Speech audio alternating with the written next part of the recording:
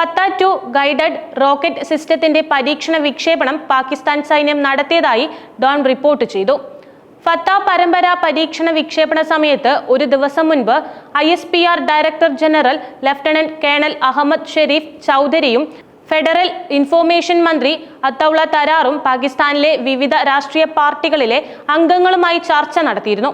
പഹൽഗാം ആക്രമണത്തെ തുടർന്ന് സുരക്ഷാ നടപടികളുടെ ഭാഗമായ സിന്ധു നദീജല കരാർ ഇന്ത്യ താൽക്കാലികമായി നിർത്തിവെക്കാൻ തീരുമാനിച്ചതും വ്യോമപാത അടച്ചതും വ്യാപാര ബന്ധം അവസാനിപ്പിച്ചതുമെല്ലാം പാകിസ്ഥാനിൽ ഗുരുതര പ്രത്യാഘാതങ്ങൾക്ക് വഴിവെച്ചിരുന്നു.